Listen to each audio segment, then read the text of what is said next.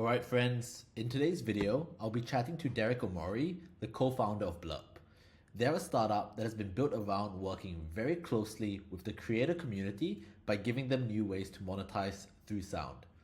It's a special one if you're wanting to build a community and brand that people genuinely feel connected to. We talk through gathering market feedback, almost giving up finding investors, and even go through to talk about the importance of finding your passion as a startup founder. Let me know what you think. Derek, to get started, I thought we'd cover the basics and get it out of the way. Could you be so kind to tell me a little bit about who you are and what the value prop of Blerp is? Yeah, so I'm Derek Omori. I'm one of the co-founders of Blerp.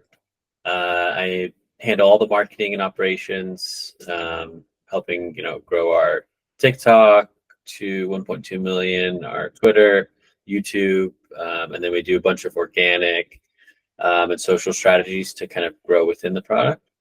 The value prop of Blerp, we're the universal extension for streaming. So we help content creators monetize and engage their audience.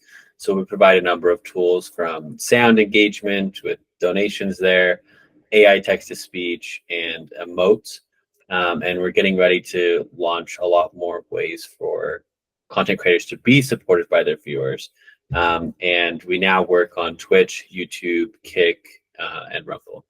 Amazing. Thank you so much for the introduction. And, there's a lot to break down there. But you know what I thought is a good place to start is I actually found a quote from you in an interview you did in 2021 with the new entrepreneur. So I'll quote you, "You're not going to get everything right the first time, but it's how quickly you iterate and take in that feedback and keep changing to get the right product." I'm curious about your journey in finding the right product with Blerp. And I guess, how do you feel about that statement today?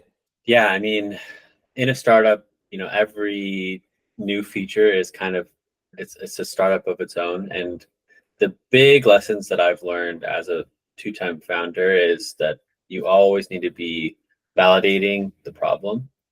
I think a lot of times it's easy to come to the table with solutions.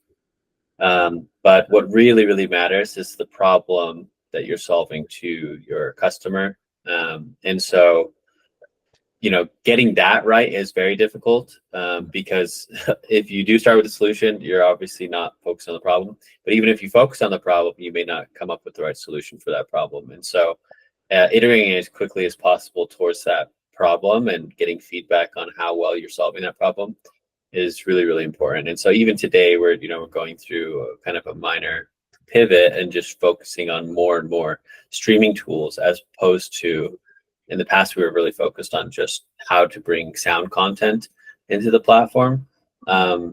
We're really going back down to the basics of what are the problems that these streamers have, how are they monetizing, where are the current solutions falling short, and figuring out how to bring that all into a cohesive system. And so, we spend a ton of time talking to customers, just validating the problem over and over and over and making sure we're getting it right.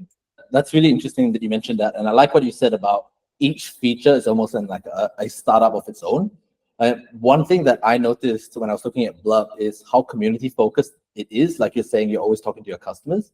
So it seems almost like the go-to-market strategy is really about interacting with the creators. When you're going through pivots, how do you know who to listen to? Because I'm sure you've got lots of voices at this point about, I want this feature, I want this. How do you prioritize which features next? We try to segment our data by the type of content creators that they are, right? And try to understand essentially the potential value that they create, right? Which is essentially a function of TAM, right? So if you're looking at, your data set and you're collecting feedback and you say, streamers that have 20,000 followers and 25 CCV really care about this, right? And then you say, oh, streamers that have over 100 CCV, they really care about this.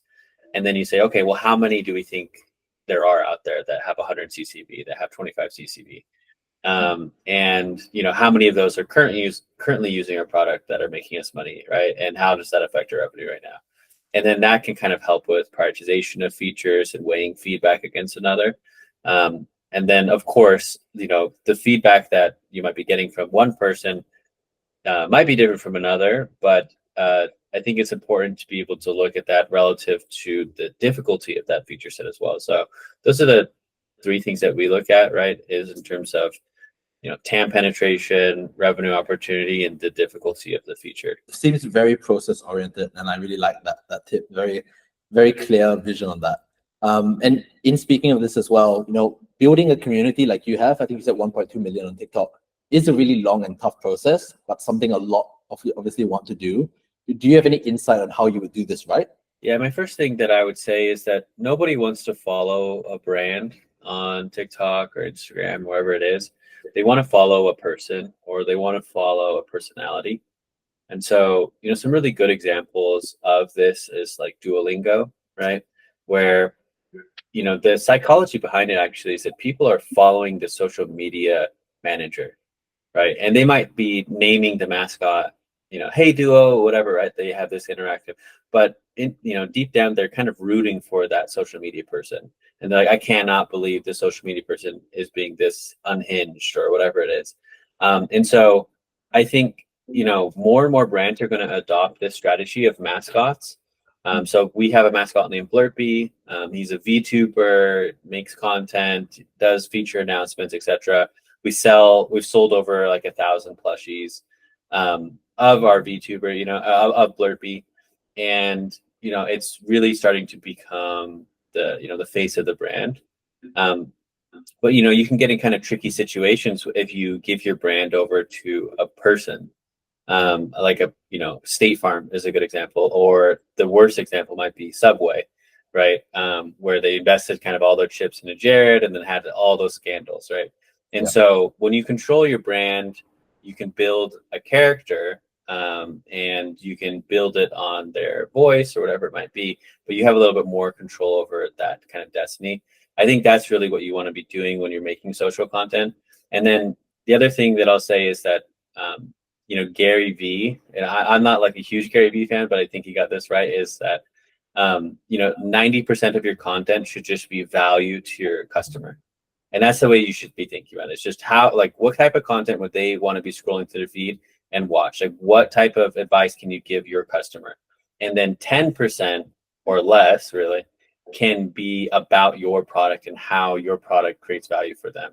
And that's typically the ratio that we use as well.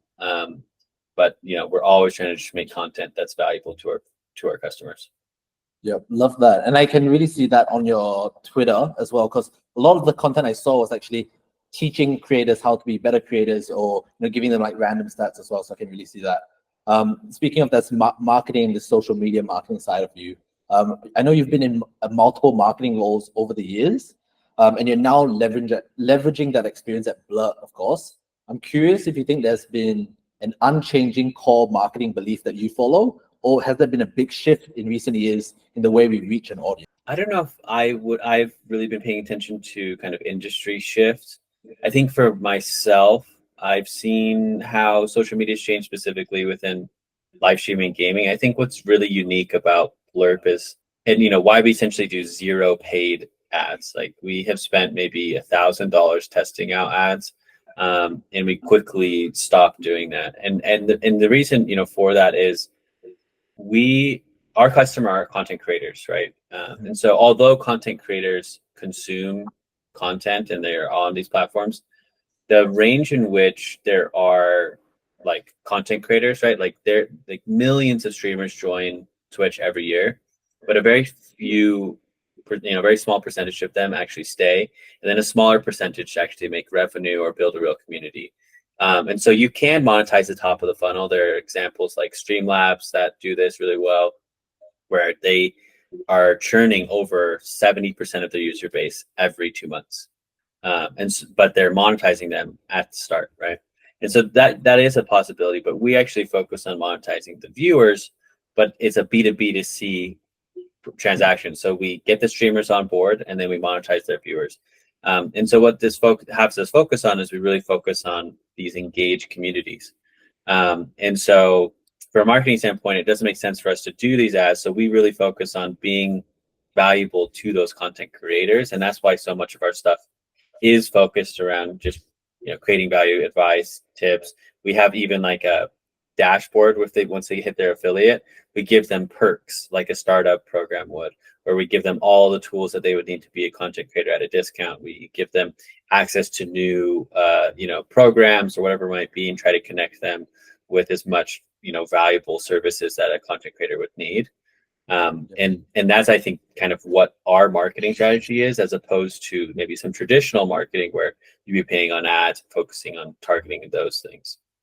Yeah, of course. And it's made you very sticky because you've obviously understood the life cycle of the creator, and you're kind of creating a lot of these touch points to, I guess, enhance their experience, to get them to stay longer, and of course use Blerp and monetization. It seems like you've spoken about the community a fair bit as well. It seems like you've actually been interested in the creator community for a long time, from what I can see, before the growth and popularity it even sees today. Was there an experience you've had early on that piqued your interest to get you started on something like this? Yeah, I kind of fell in love with like esports in like early 2014. And I started watching Dota. I went to the international in Seattle. Wow. I started, seeing how big Twitch was and how people are consuming content, and how, there were a lot of similar parallels around, traditional sports and video games. And, I played, lacrosse and soccer growing up, and, was competing, and I saw how fun it was to actually watch these video games that I love in a stadium with my friends, and have this. So I like everyone else at that time, right, really was thinking, oh, esports is going to be the next big thing. Obviously, we've had a bunch of turnover in that, and it's been maybe not as big as everyone thinks. But the trend that has stayed consistent, and the thing that I learned from my very first startup actually, was that 95% of gamers don't consider themselves a gamer, right? Even though they might play 20 hours a week, 40 hours a week, they don't ever consider themselves a gamer. But everyone games, and everyone has this as part of their life. And so that's been kind of the industry shift for me, where I've been, I know that gaming is not going anywhere. I know people are always going to keep spending time there. They're going to be connecting with their friends while gaming on Discord or wherever it might be.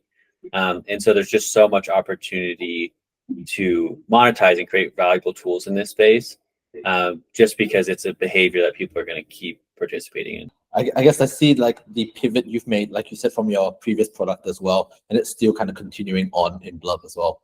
When you introduced yourself in this call, you introduced yourself as doing operations and marketing initially, right?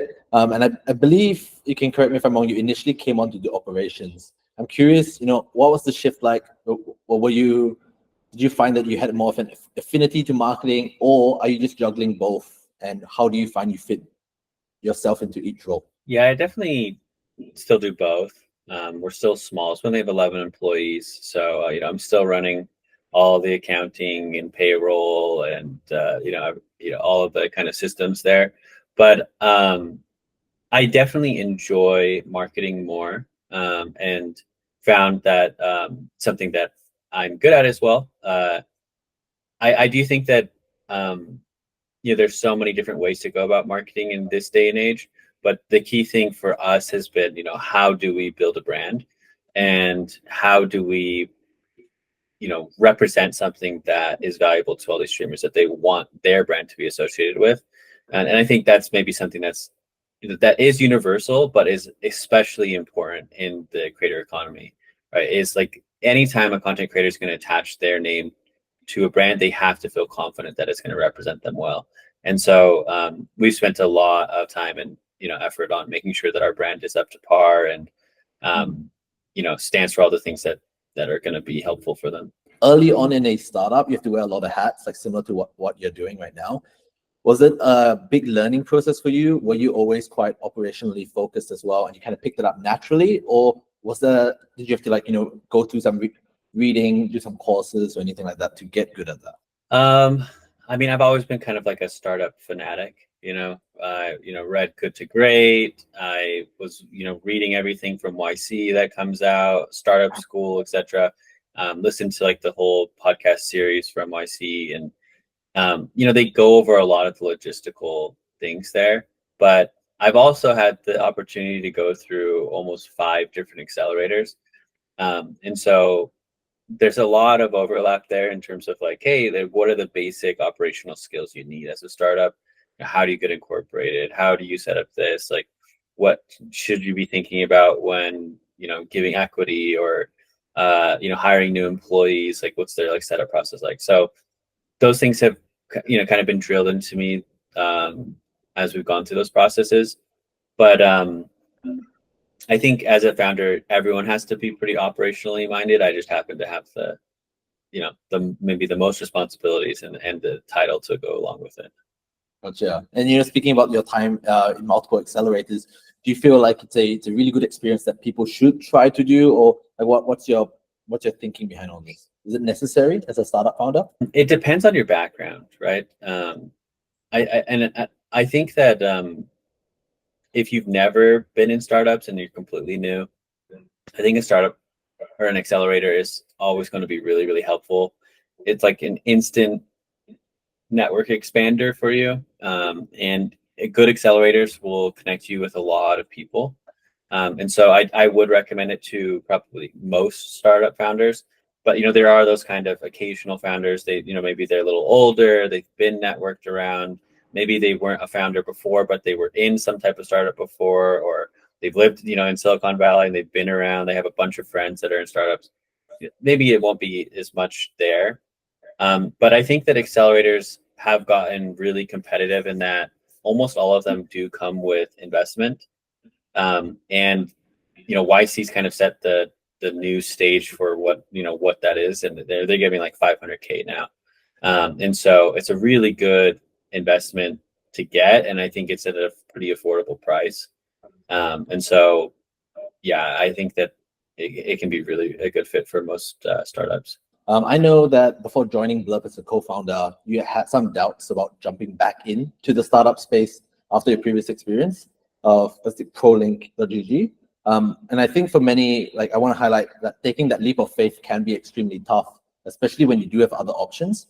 So I know it's been a while, but I'd love to hear about what was going on at that time in your mind, and what were the doubts and how you overcame them and why you joined Blerp.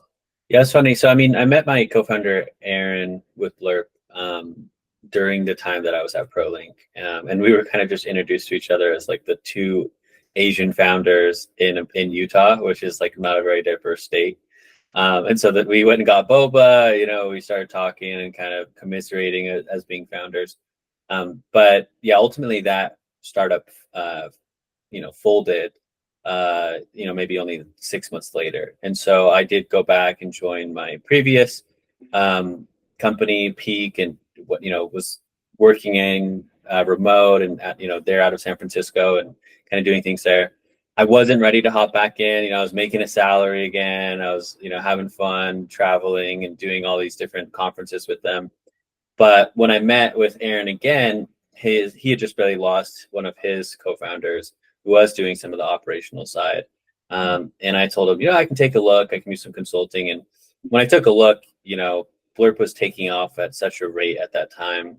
We just launched into the Twitch extension store, thousands of downloads a day. I just kind of got that itch really quickly. So I was consulting for about 2 weeks, and then I said, hey, I want in, and then started helping out. And then Aaron didn't have as much experience like raising money and stuff. So like there's a lot of complementary skills that I had.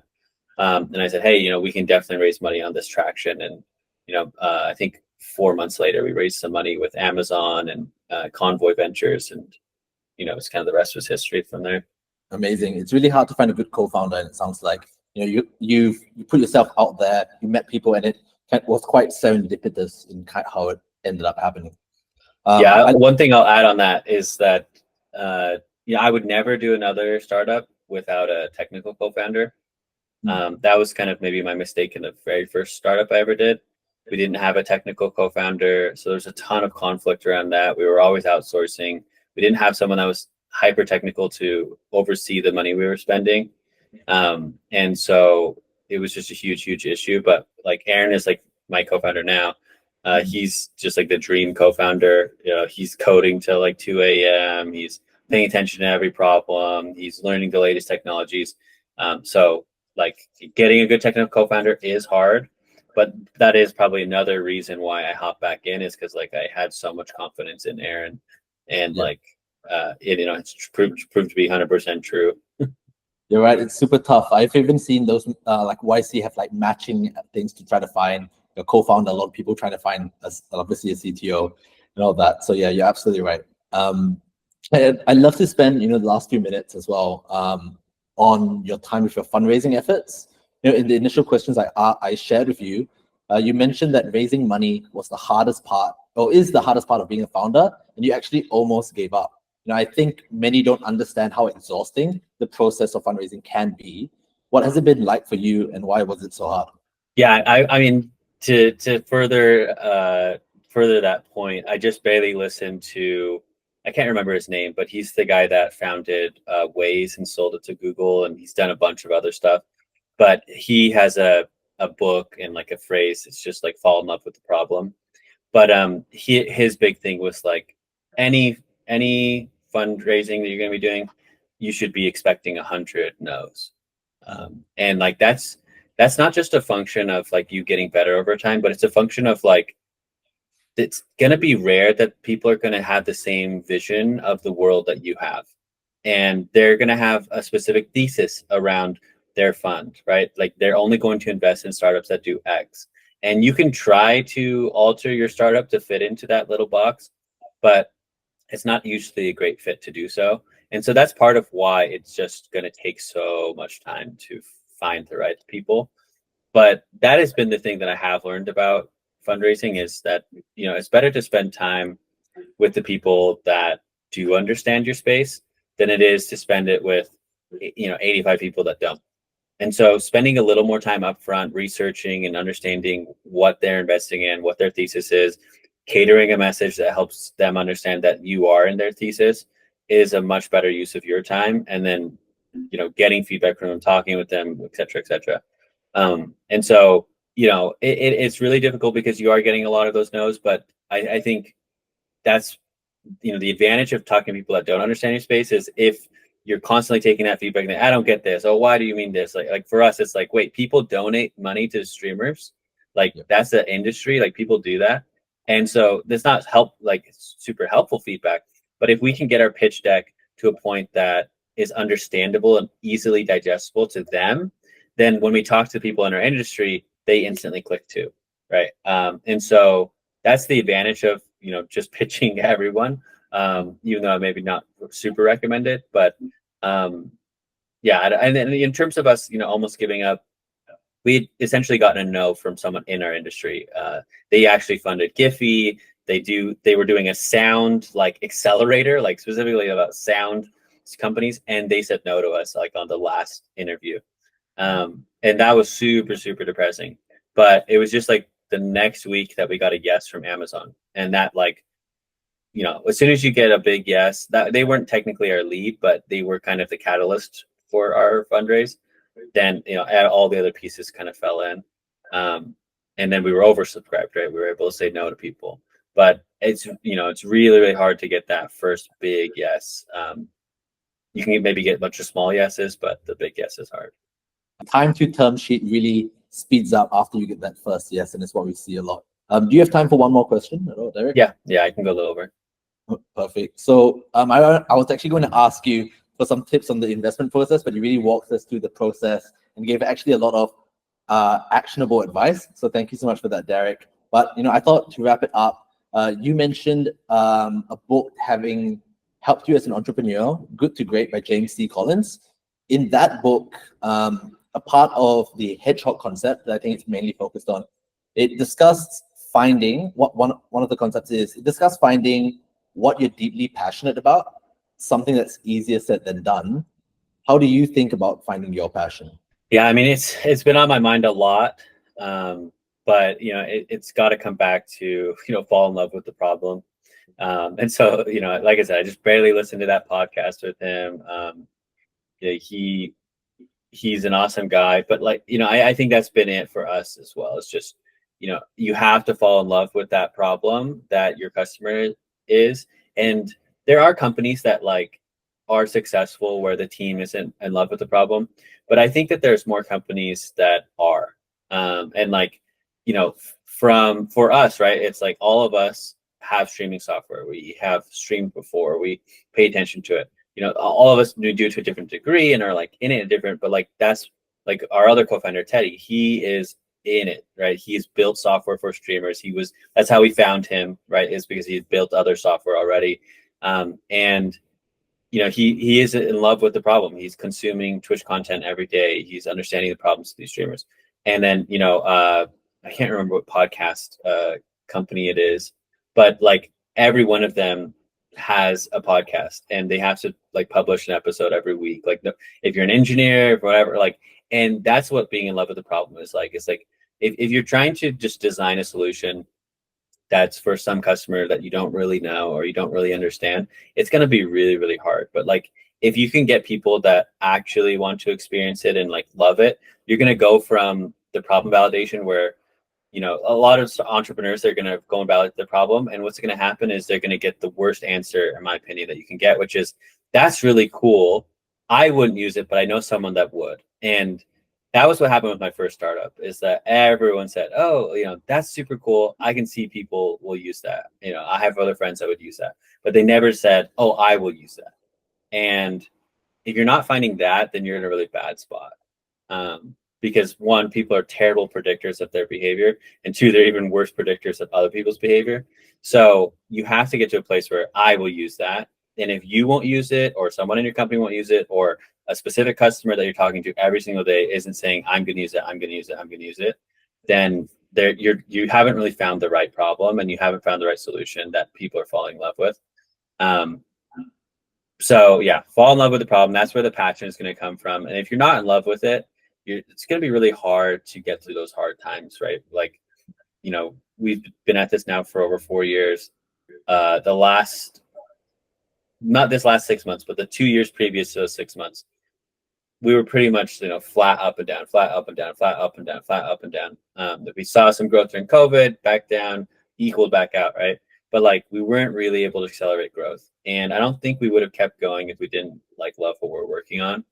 And it's easy when we're in gaming maybe, but like, ultimately still like seeing streamers be successful, seeing your customers be successful, if that doesn't like make you happy and keep you going to that next feature, then you're going to quit. Like, most people don't find product market fit because they give up, right? It's usually time is the function of finding product market fit, not like how incredibly efficient and smart your team was like at the very first stage. It's usually perseverance. I love that. Really wise words. So that's obviously come from a wealth of experience. It sounds like you've got a compelling team behind you, and I'm really glad that passion's kind of pulled you through. That's obviously you're seeing some quite a bit of success right now. So thank you so much for that. So that was the last question, I believe. But thank you so much for your time, Derek. Really appreciate it. Yeah, absolutely.